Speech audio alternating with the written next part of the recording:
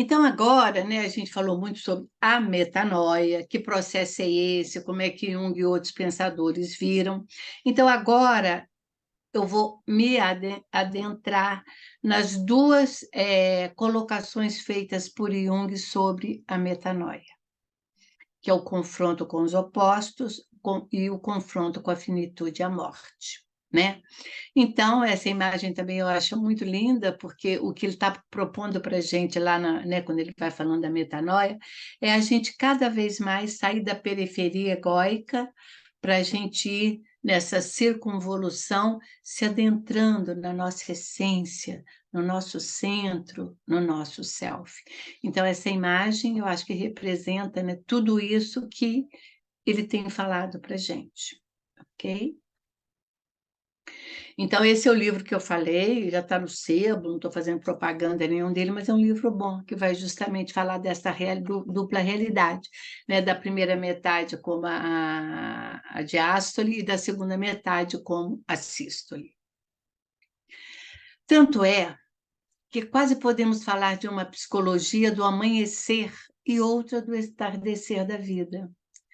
Normalmente, a psicologia do jovem está sob o signo da expansão geral em vista de uma meta precisa a ser atingida. Em contrapartida, a vida da pessoa que envelhece está sob o signo da contração das forças, da confirmação do que já foi alcançado e da diminuição da expansão. A sua neurose consiste essencialmente em querer persistir inadequadamente numa atitude juvenil. Então, tem que haver mudança de atitude. Então, as duas colocações de Jung sobre a metanoia são essas aí. Na segunda metade da vida, o desenvolvimento da função dos contrários, adormecida no inconsciente, significa renovação da vida, confrontar os contrários. E a metanoia 2, do meio da vida em diante, só aquele que se dispõe a morrer conserva a vitalidade, porque na hora secreta do meio-dia da vida inverte-se a parábola e nasce a morte. Ok? Então, agora a gente vai falar um pouquinho dessas duas possibilidades da metanoia. A primeira delas é a função dos contrários, que realmente, com a meia-idade, a metanoia tem que trazer para nós a colocação daquilo que eu falei lá, escolheu a árvore do conhecimento do bem e do mal. A gente vive assim. Gente, às vezes eu olho para o meu velho, né? Eu estou casada há mais de 50 anos, tem hora que eu falo, ai meu Deus, eu não vivo sem esse velho de jeito nenhum. Tem hora que eu falo, some da minha frente que eu não aguento nem te ver. Não falo, penso, né? A gente vive amor e ódio o tempo todo. Eu gosto muito do exemplo do amor e ódio, porque ele é fundamental. Eu lembro quando as minhas crianças, filhos, fala bebê, neném, filho da gente, aquela coisa pequenininha, né? Você tem hora marcada, bate ponta no trabalho, tá dando a comida, a criança joga, faz xixi, faz tudo que é bagunça, dá vontade de esganar, faz vontade de esganar. Eu falo que eu tenho vontade de esganar aquele serzinho que eu amo, aquele bebezinho lindo de 1 ano, 2 aninhos que eu vou levar para a creche para ir para o trabalho. A gente vive amor-ódio o tempo todo. E a gente acha que não. Então, vamos ter consciência. A gente mesmo tem hora que eu falo, nossa, do seu máximo, né? Tem hora que eu falo, cruz credo, você tá um... Vou falar o nome feio, não. A gente vive essas ambivalências o tempo todo. Isso é quanto mais nós aceitamos a nossa dualidade intrínseca, os contrários em nós, a gente está amadurecendo. E segundo Jung, isso é a função da metanoia. Na segunda metade da vida, o desenvolvimento da função dos contrários, adormecida no inconsciente, significa renovação da vida. Renovação da vida. E quando a gente está dando aula, assim, né, que a gente pode trocar, eu adoro muito essa imagem, que é, eu chamo de ruidosa faina diabólica, porque Diabolos é o oposto de símbolos. Símbolo é o que une, diabolos é o que divide, né? E se a gente olha para ali, o que cada um vai ver? Um cavalo branco, um cavalo preto, o sol, a lua. Não, não, não. É uma dualidade. Nós vivemos essa luta aí o tempo todo. Essa ruidosa faina diabólica somos nós, a gente vive isso. Então, quanto mais a gente aceita isso, nós estamos num caminho evolutivo. O mundo que penetramos ao nascer, brutal e cruel ao mesmo tempo, e é de uma beleza. É uma questão de temperamento, o acreditar no predomínio do que faz sentido ou do que não faz sentido. Se este último, eu já falei isso, né? Se este último dominasse de maneira absoluta, o aspecto sensato da vida desapareceria cada vez mais em função da evolução. Mas não é, ou não me parece ser o caso. Como em toda questão metafísica, ambos são provavelmente verdadeiros. A vida é sentido e não sentido. A gente sente isso. Ou possui sentido e não sentido. Tenho a ansiosa esperança de que o sentido prevaleça e ganhe a batalha. Estou repetindo novamente essa afirmação do Jung, porque eu acho muito fundamental, né, para essa compreensão do tema que a gente está abordando. Então, a estrutura dos opostos, o tempo todo, polaridade e unidade, polaridade e unidade. A consciência é polarizada. Polaridade, mundo de oposições, pares de opostos, é o problema central da nossa vida. Cada exclusão seria mais não totalidade. E ele dá o exemplo que a gente tem é da respiração, né? É inspiração e expiração. Isso é o ritmo da vida. Entra e sai, amo e odeio, gosto e não gosto, quero ir, não quero ir, queria, mas já nem sei se quero mais. A gente vive isso, a gente tem que ter consciência que nós somos assim. Então, a metanoia, período ambíguo de transição. O desenvolvimento não continua mais através da dissolução, da transferência das imagens antigas infantis para novas figuras. Ele prossegue através do problema dos opostos. Isso é tarefa única, quase marcante, não, única não, fundamental do envelhecimento, né, desse confronto aí. Edgar Morin tem o Evangelho do Viver, que lindo também esse texto dele. Viver no duelo dos contrários, isto é, nem na duplicidade sem consciência, nem no justo meio, mas na medida e na desmedida, não numa resignação morna, mas na esperança e no desespero, não no vago interesse diante da vida, mas no horror e no maravilhamento. Então, é a constatação, né, que a gente se permitir aceitar o E cada vez mais. Isso é metanoia, isto é desenvolvimento. Integrar os opostos, sentir o ritmo sábio da vida, sair do ou e cada vez mais ir para o e. Ter consciência das aparentes oposições. A vida não como linha reta, mas como espiral. A gente às vezes vai passando nos mesmos lugares, mas com outro significado. Por isso que eu já coloquei lá atrás que todos os sábios falam que a grande sabedoria da vida é a capacidade de ressignificar. William Blake tem um versinho muito lindo que diz: prazer e dor são tecidos finos, vestes para espíritos divinos. Fomos criados para prazer e dor, protegidos no mundo, seja onde for. Estamos preparados para essa dualidade. No homem estão reunidos criatura e criador. No homem, a matéria, fragmento, abundância, argila, lodo, sem sentido. No homem, há também Criador, Escultor, dureza do martelo, espectador divino e sétimo dia. Compreendeis essa oposição? O sábio Nietzsche nos falando da nossa dualidade. Somos isto. Finalidade da vida. Fazer acontecer o self, né? A nossa singularidade, o nosso DNAzinho psíquico, e o enrijecimento é medo de confrontar o problema dos contrários. Transferir-se são e salvo para a segunda metade da vida requer despertar o revolucionário dentro de si. A tendência da libido é regredir diante dos obstáculos, daí envelhecer. Requer esforço e risco para fazer um mergulho na interioridade, confrontar e integrar novos valores. Então, a união dos opostos, os contrários se misturam, não contraditórios. Os contraditórios se cancelam. Se eu falo norte e sul, ou é norte ou é sul, isso é contraditório. A gente está falando dos contrários, né? Bem e mal.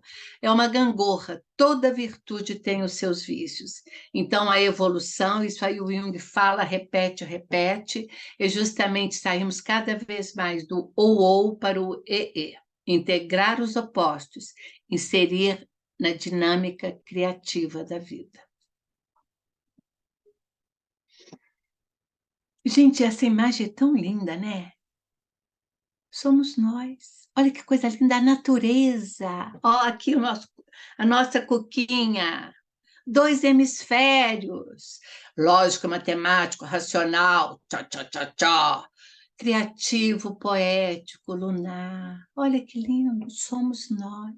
E tem as pontezinhas, o nosso ponte caloso, que passa de um para o outro, de um para o outro. Claro que a gente tem dominância, né? Cada um de nós tem dominância. Mas somos esta dualidade estrutural até no corpito. E somos também na psique, na alma. Volto a repetir essa afirmação de Jung, que está em Segredo da Flor de Ouro, que para mim é a síntese da síntese. Unilateralidade é um sinal de barbárie. Que cada um possa refletir muito sobre isso em todos os âmbitos da vida. E essa outra imagem também eu amo, amo, amo. No livro vermelho, o Jung diz assim: o caminho da vida é transformação e não exclusão. E a outra realidade, né, como eu coloquei lá o hemisfério com a sua dualidade, a gente vive isso. É o coração ou é a razão? É o coração ou é a razão? É coração ou é a razão? A gente tem que ter essa balança. Tem hora que a gente fica um pouquinho mais coração, tem hora um pouco mais razão. Eu acho que essa frase é linda, né? Que eu também foi da Elizabeth Kubler-Ross, que um doente, não sei o que o doente perguntou para ela, o que ele queria. Ela perguntou assim: o que você espera de mim? E o doente falou: espero que você me dê o melhor do seu coração. Olha que coisa linda, um doente terminal, né? Que ela foi a mentora dos cuidados paliativos. O que você espera de mim? O paciente estava à beira da morte. Que você me dê o quê? Razão, ciência? Não. É isso que a gente quer. Cada vez mais acho que a gente precisa disso. Quando te diriges ao pensar, leva junto o teu coração. Quando te diriges ao amor, leva junto a tua cabeça. Vazio é o amor sem pensar, ou o pensar sem amor. Nos coloca Jung também no livro vermelho. Confrontar com a problemática dos opostos, que é o mais profundamente próprio da psique. A estrutura da psique é tão contraditória. Olha que lindo, gente, que não se deve existir constatação psicológica ou proposição genérica alguma que não nos obrigue imediatamente também a fazer a afirmação do seu oposto. É o que eu falo, tem hora que eu falo, ai, não vivo sem esse velho, meu Deus do céu. Tem hora que eu falo, ficar longe de mim, não aguenta nem ver sua cara. Isso, estamos nessa.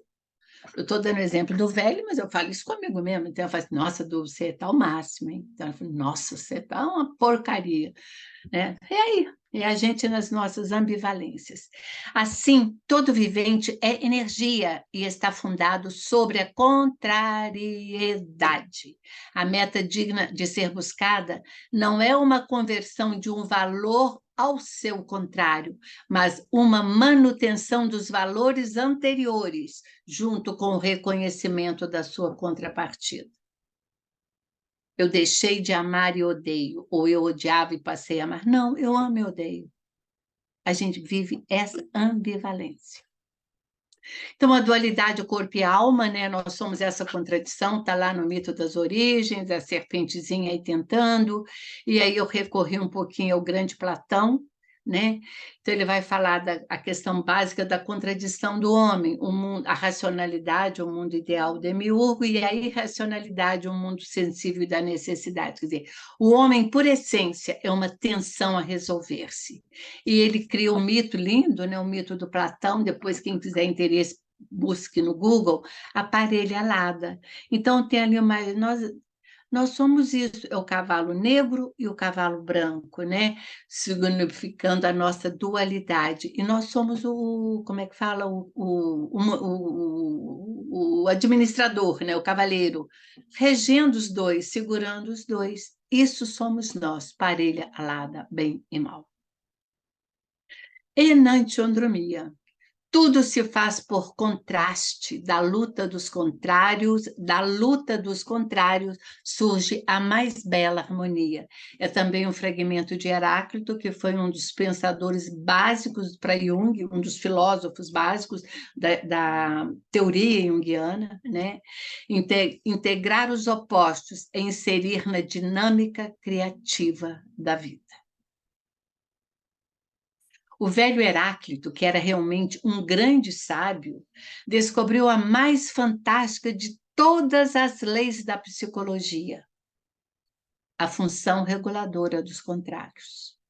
Deu-lhe o nome de enantiodromia, correr em direção contrária, advertindo que um dia tudo se reverte ao seu contrário.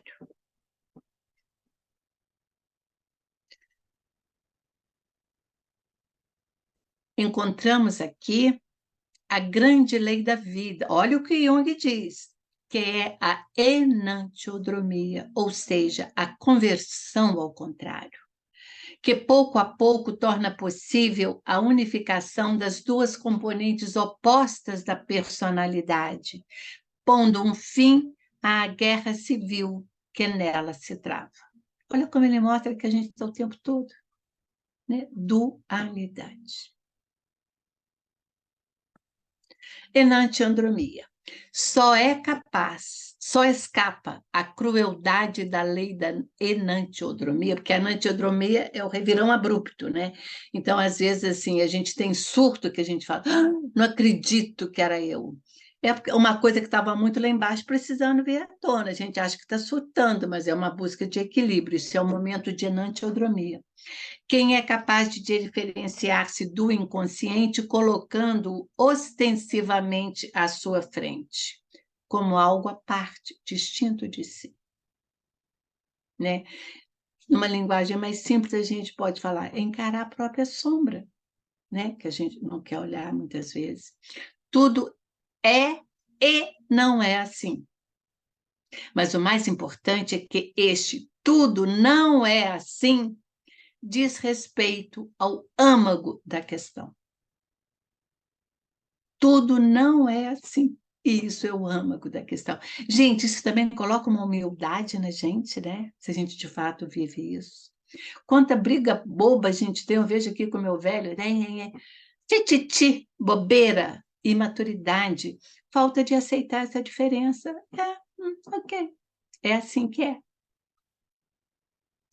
Conêncio opositório, o equilíbrio dos opostos. Todos os caminhos de cura nada mais são que um único caminho que leva da polaridade para a unidade. Isso não é só a metanoia que vai fazer isso com a gente, não. Isso é o processo de crescimento egóico, de amadurecimento, de autoconhecimento, é cada vez mais saímos da polaridade para a unidade. Então, né, sou isto ou aquilo. Sou isto e aquilo.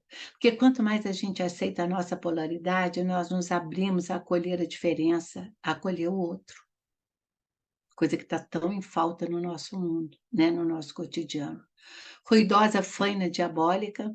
No livro vermelho, acho que é na página, sei lá, qual é, não importa, Jung diz: divina é a balança. Divina é a balança. Ele trazendo para a gente justamente a visão do pêndulo. Não vamos ter questionamentos, então vamos prosseguir para a segunda fase, né, da explicitação do conceito de metanoia para Jung, que é, depois da gente ver a nossa dualidade de origem, arará, nós confrontarmos com a única certeza da vida, única.